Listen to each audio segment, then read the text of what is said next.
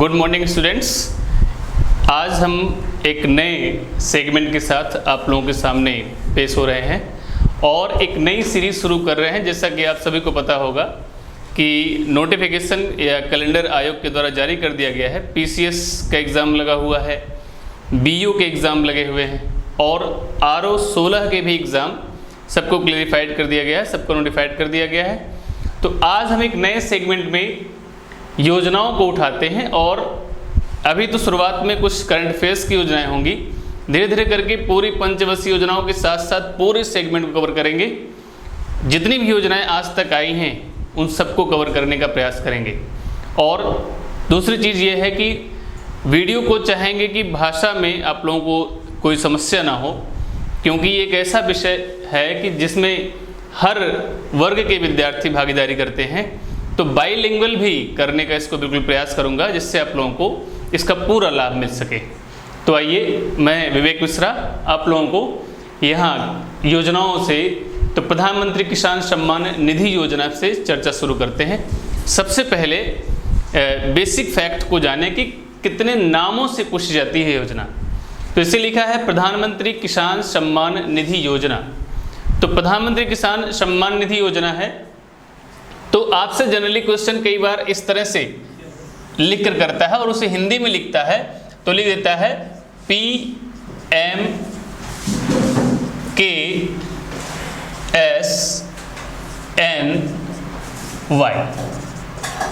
और पूछ लेता है कि PMKSNY योजना में दिए गए कथनों पर विचार करिए।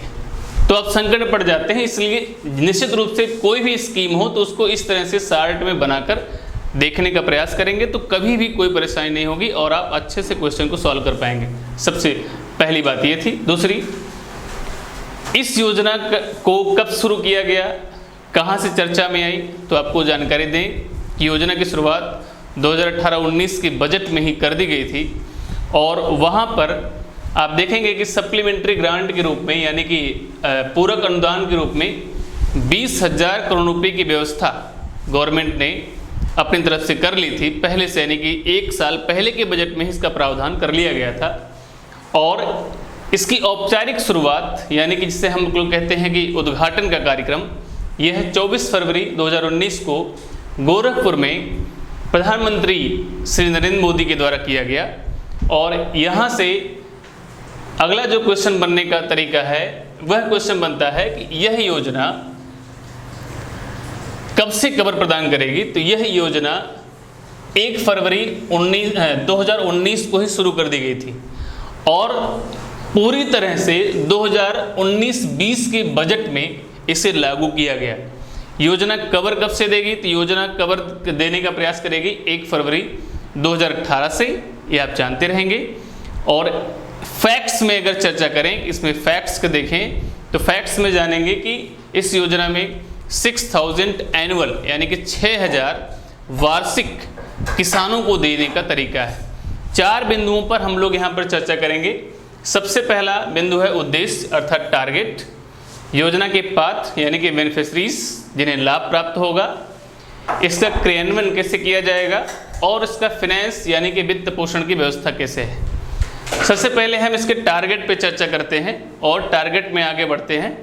देखते हैं कि किन्हीं टारगेट में रखकर इस योजना को बनाया गया है, योजना का उद्देश्य क्या है। तो योजना का उद्देश्य सरकार ने देश के लघु और सीमांत किसानों को प्रत्यक्ष सहायता देने के लिए इस योजना की शुरुआत की। आप सभी ये जानते होंगे कि भारत की यह एक ऐतिहासिक योजना है।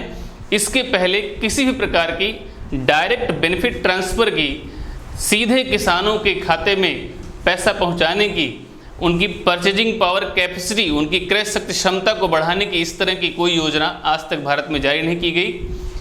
तो सबसे पहली बात यह हो गई कि लघु एवं सीमांत किसानों की प्रत्यक्ष सहायता के लिए योजना की शुरुआत की गई है।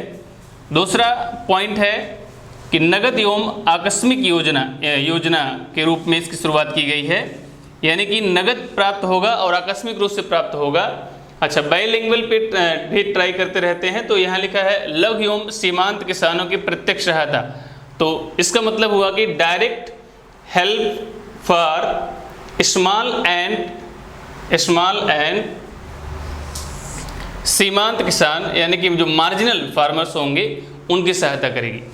दूसरा है कि यहाँ पे नगद और आकस्मिक यानी कि इमीडिएट एंड कैश के रूप में कैश प्राप्त होगा।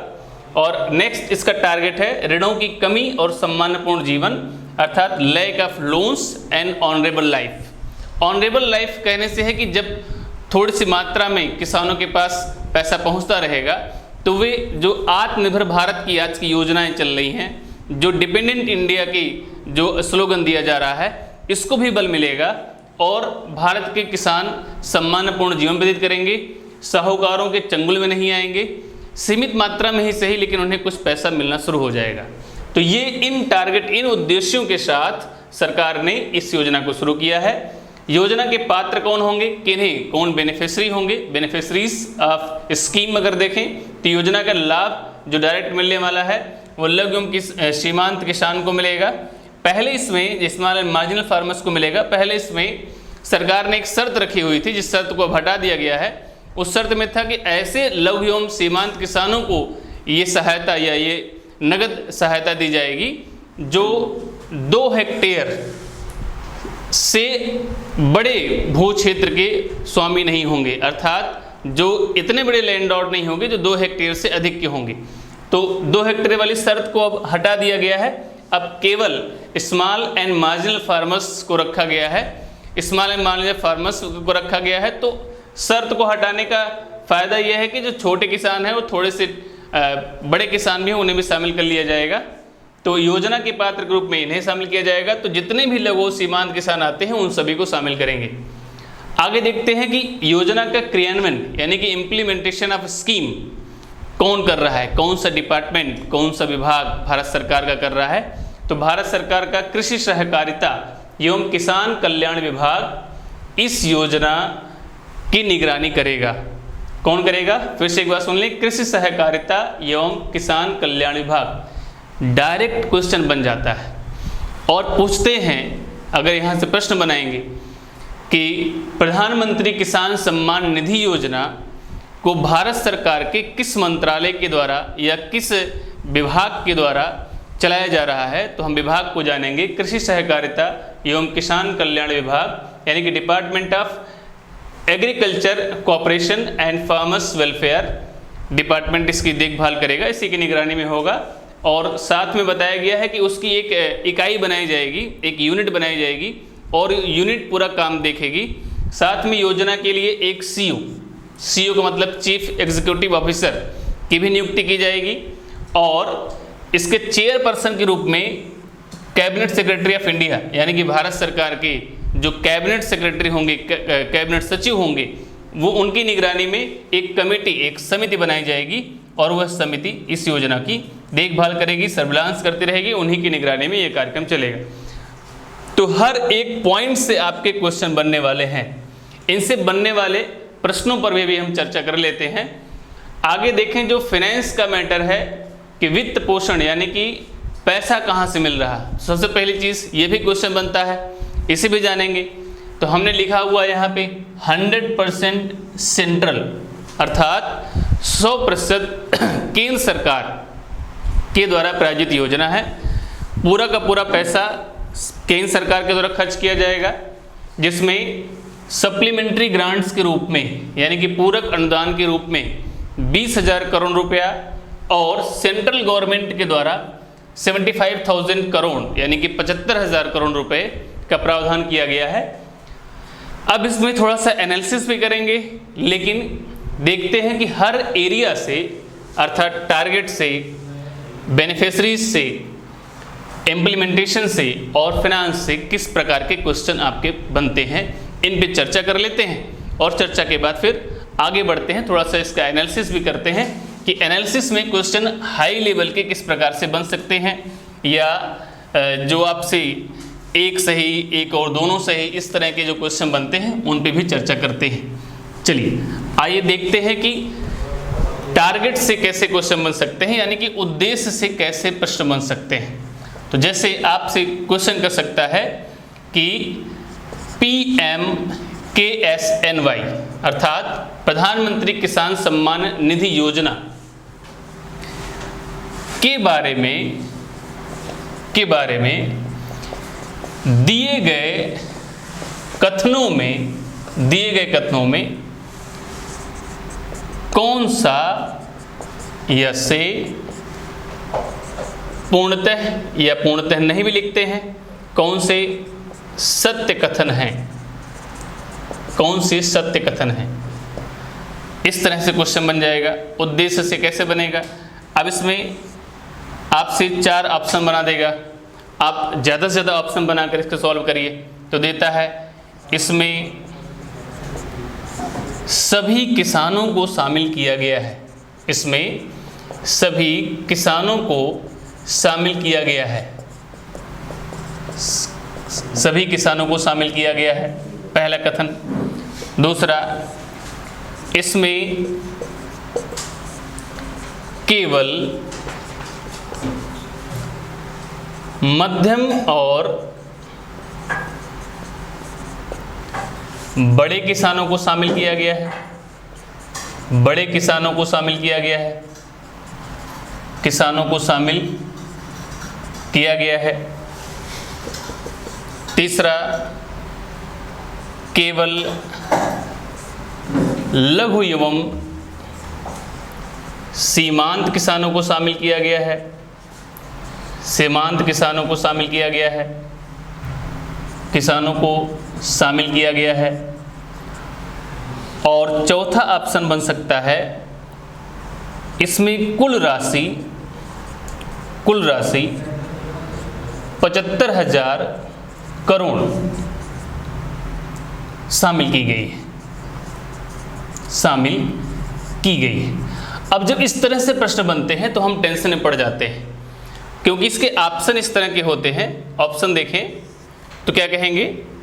केवल 1, दूसरा केवल 2 यानी कि ओनली 1, ओनली 2, और तीसरा यहाँ पे देंगे सी पे कि ओनली 3 यानी केवल 3 या केवल 4 या ओनली 4 नंबर। इस तरह से 4 बना देते हैं। फिर हमें लगता है कि इतना पढ़ने के बाद भी क्वेश्चन सॉल्व नहीं हो पाएगा। ज़रा देखते हैं, अगर आपने वीडियो को देखा होगा तो बड़ा आसान बन गया होगा, आराम से लगा पा रहे होंगे। पहला कथन दिया है, इसमें सभी किसानों को शामिल किया गया है। आपको पता है इसमें सभी किसानों को नहीं बल्कि लघु और सीमांत किसानों को शामिल किया गया है, तो ये पहला कथन असत्य हुआ। दूसरा है, इसमें केवल मध्यम और बड़े प्रकार के किसानों को शामिल किया गया है। आपको पता है कि मध्यम तो शामिल हो जाएंगे, मार्जिनल तो शामिल हो जाएंगे, लेकिन बड़े किसान शामिल नहीं हैं, अतः यह कथन भी क्या है? गलत है। अगला है, इसमें केवल लघु एवं सीमांत किसानों को शामिल किया गया है, तो ठीक बात है। और लास्ट में कुल राशि 75,000 करोड़ रुपए शामिल की गई है। अब आप देखिए, कुल राशि जब यहाँ टोटल देगा तो 2 प्रकार के क्वेश्चन बनते हैं। एक आपसे पूछ सकता है कि पूरक अनुदान के रूप में कितना है, एक पूछ सकता है कि टोटल ग्रांट कितना होगा, यानी कि कुल राशि कितना होगी। तो कुल राशि में दोनों को जोड़ के बनाएंगे तो कुल राशि कितनी हो जाएगी? 95 यानी कि 75 है तो इसमें जुड़ जाएगा तो हो जाएगा 95,000 करोड़। तो कुल राशि हमेशा 95,000 करोड़ रुपए की व्यवस्था के साथ होगी। तो इस तरह से हर एक एंगल से क्वेश्चन बनाएंगे।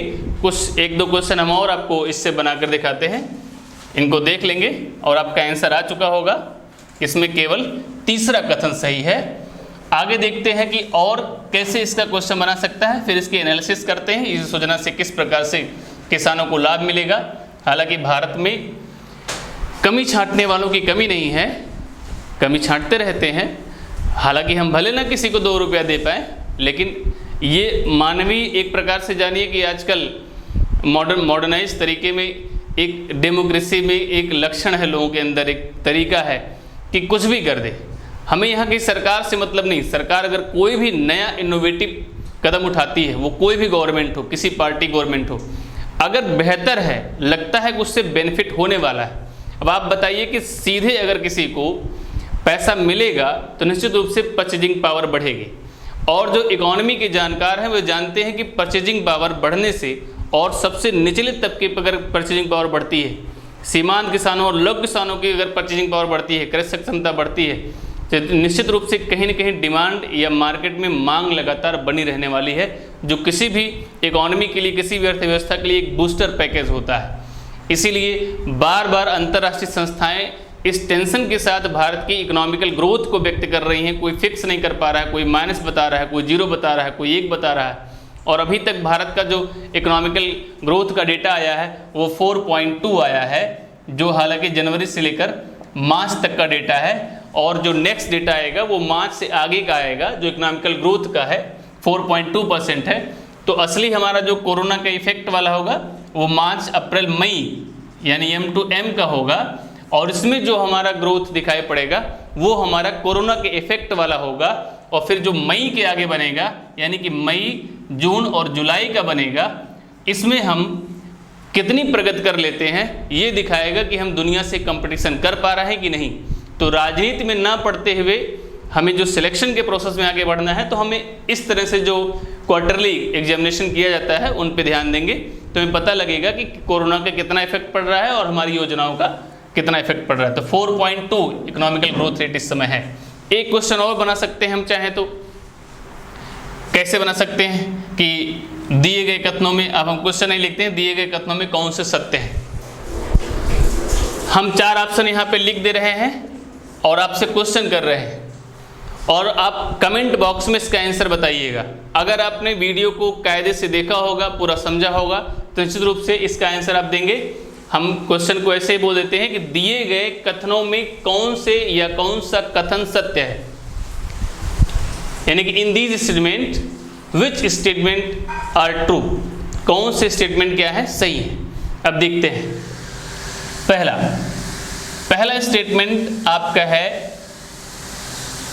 कि इस योजना में, इस योजना या वहाँ पर तो इस योजना देगा नहीं, वहाँ तो पूरा लिख कर देगा, तो हम एक बार लिख देते हैं आगे से।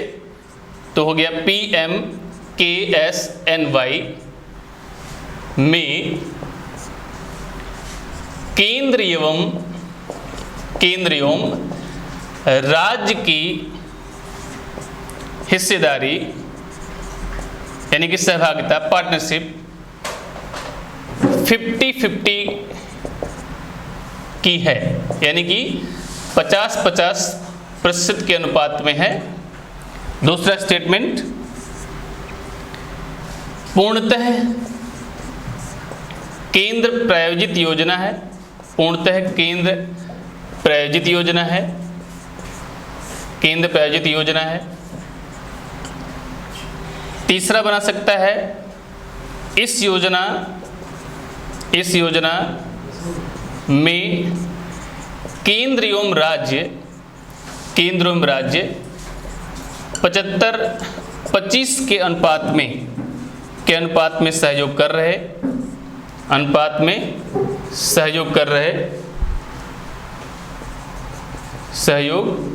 कर रहे। और चौथा बना सकता है कि केवल राज्य प्रायोजित योजना है, केवल राज्य प्रायोजित योजना है। अब ये 4 हम थोड़ा से ऑप्शन, अभी क्योंकि पहली ही योजना बना रहे तो हम ऑप्शन को थोड़ा सा यहाँ पे हम अभी कमज़ोर रख रहे हैं। धीरे धीरे हम उसी ऑप्शन पर आएंगे, उसी जो यूपीएससी और यूपीपीएससी का मेथड होता है उसी पे चर्चा करेंगे। तो हम देखेंगे कि हम यहाँ कर लेते हैं ओनली फर्स्ट यानी कि पहला, बी में कर लेते हैं ओनली 2 यानी कि दूसरा, सी में कर लेते हैं ओनली 3 और डी में कर लेते हैं ओनली 4। आप पढ़िएगा और कमेंट बॉक्स में इसका आंसर दीजिएगा, तो हम जान पाएंगे कि आपने वीडियो को कायदे से देखा है, समझा है कि नहीं। दूसरी चीज़ बताएं कि जो 6000 एनुअल किसानों को देने की बात है, यह 3 किस्तों में दी जाएगी, यानी कि 2-2 हज़ार की 3 किस्तें 4-4 माह पर, यानी कि सिस्टम बनाकर गवर्नमेंट 4-4 महीने के अंतराल पर प्रोवाइड करने का सिस्टम बना रही है। गवर्नमेंट बना चुकी है, मिल भी रहा है लोगों को। अब देखते हैं फैक्ट्स में, थोड़ा सा एनालिसिस करते हैं, इसका विश्लेषण करते हैं कि क्या इस योजना से लाभ है या नहीं। क्योंकि अगर इस योजना को पूरी तरह संगत तरीके से देखा जाए तो किसी भी किसान को मंथली बेसिस पे देखा जाए तो केवल 500 रुपया पर मंथ मिल रहा है। अब जो खेती किसानी करने वाले लोग हैं, जिनके पास 1 बीघा 2 बीघा 3 बीघा 4 बीघा 5 बीघा तक ज़मीन है, ज़रा एक बार वो सोच के देखें, अगर उन्हें 500 रुपया महीना भी मिले और इस इनकम को वे किसी चीज़ में ना लगाएं, केवल कृषि में लगाएं, तो जो इरिगेशन का हमारा मेथड है, सिंचाई का जो सिस्टम है, सिंचाई में कितना ज़्यादा खर्चा लग जाता होगा। तो किसी एक एंगल से फर्टिलाइजर्स को देखें, सीड्स को देखें, यानी कि बीज को देखें, तो किसी न किसी रूप में हल्की फुल्की एक है बहुत छोटी चीज़। 6,000 रुपया साल भर में कुछ नहीं होता है, बहुत विशेष नहीं है, लेकिन जहाँ कुछ भी नहीं था वहाँ ये 6,000 रुपया एक बूस्टर पैक के रूप में होगा। भले ही वो 500 मंथली दिखाई पड़ रहा है, लेकिन वो मंथली तो नहीं मिलने वाला है, वो एक साथ 2,000 मिलेगा, उसका इंस्टॉलमेंट 2,000 का है, 2,000 का है। तो कहीं ना कहीं उससे कुछ ही मात्रा में सही छोटे किसानों को निश्चित रूप से लाभ मिलेगा, जिनके फर्टिलाइजर्स और साथ में जो है सिंचाई, दोनों का कार्यक्रम मुझे लगता है कि आराम से 1-2 बीघा वालों को आराम से हो जाएगा अगर चाहेंगे तो। उनके ऊपर जो अचानक से ज़्यादा बर्डन पड़ता था, जैसे मान लीजिए कि 12-15 हज़ार खर्च करते थे, तो 12-15 हज़ार से घट के वो 6-7 हज़ार आ जाएगा। तो कहीं ना कहीं से लाभ तो मिलेगा। हाँ, ये बात ज़रूर कह सकते हैं कि ये इतनी बड़ी रकम नहीं है कि जिससे बहुत ज़्यादा लाभ प्राप्त हो, लेकिन फिर भी इस योजना से लाभ मिलने वाला है, तो इनको देखें। और अगर वीडियो पसंद आए तो निश्चित रूप से शेयर, लाइक, सब्सक्राइब करें, आगे बढ़ाएं ज़्यादा से ज़्यादा लोगों तक। तो हम लोगों का जो टारगेट BO और PCS के साथ RO के एग्ज़ाम लगे हुए हैं, तो अब डेली रूटीन में आप लोगों को एक योजनाओं से, 2 योजनाओं से, 3 योजनाओं से लगातार वीडियोस मिलते रहेंगे। ऑनलाइन क्लासेस भी शुरू हो जाएंगी तो उसमें मिलेंगे। तो लगातार बने रहिए माँ अकेडमी यूट्यूब चैनल के साथ। Thank you.